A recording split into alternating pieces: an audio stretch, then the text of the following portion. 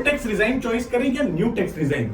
चलिए आज समझते हैं कौन सा आपके लिए बेहतर होगा। इससे पहले हमें एक कैलकुलेशन जाननी होगी कि ओल्ड टैक्स रिजाइन में अभी कैसे कैलकुलेशंस होती हैं। सो दोस्तों, 0 से लेके 2.5 लाख तक की सालाना इनकम पे 0% टैक्स लगता है। 2.5 लाख से लेके 5 लाख तक की इनकम पे 5% टैक्स लगता है। 5 से लेके 10 लाख तक की इनकम पे 20% टैक्स लगता है और 10 लाख से ऊपर सालाना की इनकम पे 30% टैक्स लगता है। ये तो हुआ 60 साल तक की एज तक। 60 से लेके 80 ईयर्स तक यानी सीनियर सिटीजन्स के लिए भी टैक्स लॉस थोड़े अलग होते हैं ओल्ड टैक्स रिजाइन में। लाइक 0 से लेके 3 लाख तक 0% टैक्स लगता है।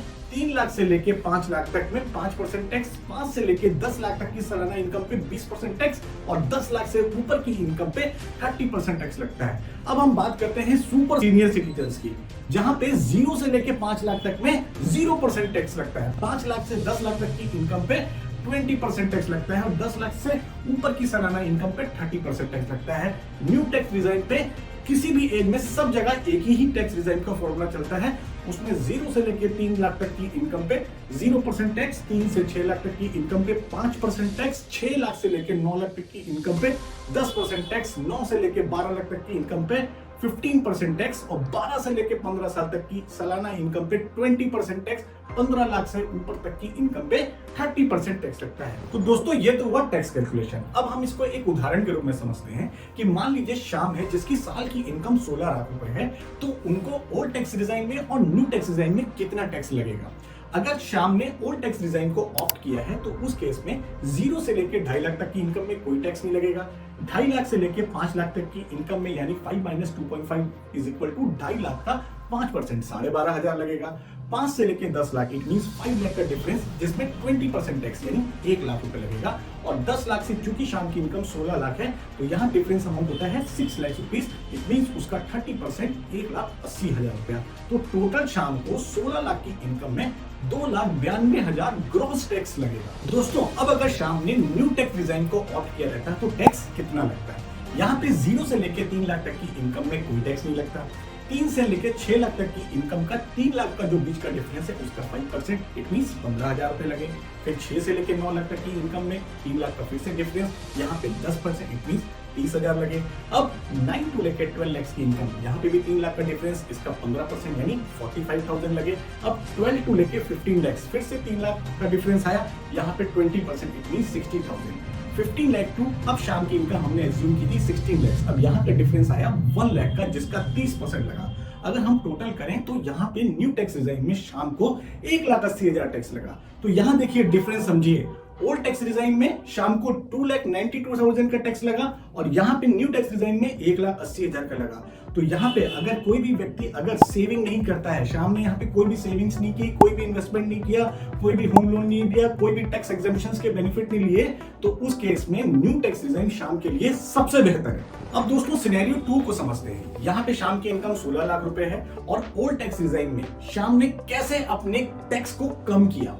पहले समझते हैं, सरकार द्वारा विशेषकर सैलरीड पर्सन को स्टैंडर्ड डिडक्शन फ्लैट 50,000 का मिलता है जो शाम ने यूटिलाइज किया। सेकेंड वन, सेक्शन 80C के तहत 1.5 लाख रुपए तक की हम सेविंग कर सकते हैं पीपीएफ में, LIC में, म्यूचुअल फंड्स ELSS में, 5 इयर्स FDs में, NSC में। तो जिसमें शाम ने भी कुछ अपनी सेविंग्स की थी, कुछ उसके EPFs थे और कुछ उसकी लाइफ इंश्योरेंस पॉलिसीज थी जिसपे उसने 1.5 लाख का पूरा बकेट को यूटिलाइज किया। थर्ड वन, शाम ने होम लोन लिया था जिसमें सेक्शन 24 के तहत interest on home loan 2 lakh का जो बकेट था उसको भी शाम ने पूरी तरह से यूटिलाइज किया। इस प्रकार शाम ने 80D का मेडिक्लेम पॉलिसी लेके रखी थी जो कि अपने नाम से और अपने बीवी बच्चों के नाम से, जिसमें 25,000 रुपए का हायर स्लैब में उसने छूट ले लिया। साथ में शाम के ने अपने माता पिता के डिपेंडेंट्स जो थे उनके नाम से भी 50,000 का 80D मेडिक्लेम को अलग से यूटिलाइज किया। शाम इस साल घूमने गया था तो उसने फ्लाइट की टिकट में LTA लीव ट्रेवल अलाउंस के रूप में 50,000 के बकेट को यूज कर लिया, जो कि हर एम्प्लॉय 4 इयर्स में 2 बार कम से कम यूज कर सकता है। साथ में शाम ने HRA के रूप में 1 लाख रुपए का क्लेम किया। दोस्तों ध्यान रखिएगा, HRA जो होता है वो 10% of basic salary plus DA होता है और मेट्रो सिटीज में ये 40 to 50% ऑफ बेसिक सैलरी होता है। अब अगर हम बात करें तो NPS 80CC DD के तहत आता है जिसमें 50,000 का उसने NPS भी लिया। अब लास्ट में अगर हम देखें तो चाइल्ड एजुकेशन अलाउंस के रूप में शाम के 2 बच्चे थे और 2 बच्चों के नाम पे सरकार द्वारा विशेषकर 100 रुपए प्रति माह के हिसाब से छूट लेने का एक अपॉर्चुनिटी होती है, जहां पे शाम ने 200 रुपए प्रति माह के हिसाब से 2400 रुपए का और यूटिलाइजेशन कर लिया, जिससे शाम ने लगभग अपने ग्रॉस इनकम में से 6,77,000 रुपए से भी ज्यादा की इनकम को बचा लिया, जिससे हमें यह समझ में आता है जहां पे शाम की इनकम साल की 16 लाख रुपए थी, अब वो घट के 9,22,500 रुपए हो गई। अब अगर हम टैक्स को कैलकुलेट करें तो यहाँ पे 0 से लेके 2.5 लाख तक में 0% टैक्स लगा, 2.5 से लेके 5 लाख तक की इनकम में वापस 12,500 टैक्स लगा। अब जो 5 लाख से लेके अगर हम स्लैब देखें तो शाम की इनकम हो गई 9,22,500, जिसका डिफरेंस अमाउंट होता है 4,22,500 रुपए, जिसका 20% टैक्स अगर हम जोड़ते हैं तो 84,500 रुपए होता है। 84,500 प्लस 12,500 तो शाम को ग्रॉस टैक्स लगा 97,000 रुपीज, जहां पे पहले अगर हम देखें तो 2,92,000 समथिंग लगा था। लास्ट में 2,92,500 माइनस 97,000 अगर हम करते हैं तो शाम ने शुद्ध 1,95,000 रुपए टैक्स बचा लिए। अब अगर शाम ने न्यू टैक्स डिजाइन को ऑप्ट कर लिया होता तो क्या होता? उस केस में शाम को सिर्फ स्टैंडर्ड डिडक्शन के रूप में 50,000 का ही लाभ मिलता, जहां शाम की इनकम 16 लाख रुपए थी तो 16 से वो घट के 15.5 लाख में हो जाती। जहां न्यू टैक्स डिजाइन में साल का 1,80,000 टैक्स लग रहा था, चूंकि 50,000 पे स्टैंडर्ड डिडक्शन में चला जाता तो वहां पे 15,000 रुपया टैक्स और कम हो जाता, तो भी शाम को 1,65,000 रुपए न्यू टैक्स डिजाइन में देना पड़ता। बनस्पत ओल्ड टैक्स डिजाइन में 97,000 का टैक्स देना पड़ा, जिससे हमें यह समझ में आता है कि शाम को लगभग 70,000 रुपए तक का बेनिफिट मिल गया ओल्ड टैक्स डिजाइन में करने पे। अब हम बात करते हैं कि किन किन जगह पे हम और ज्यादा टैक्स रिबेट ले सकते हैं। Like education loan, interest on education loan पे भी हम टैक्स की रिबेट ले सकते हैं। और 2019 से लेके 2023 तक में कोई इलेक्ट्रिक व्हीकल अगर आपने लिया है तो उसकी भी एक मैक्सिमम लिमिट है 1.5 लाख तक, वो भी यूटिलाइज किया जा सकता है। और ध्यान रखिएगा, अगर आपने किसी भी प्रकार की एफडी, म्यूचुअल फंड, एनएससी अगर आपने इस साल उसको विड्रॉल या रिडीम किया है तो वो भी आपकी आय जुड़ जाएगी।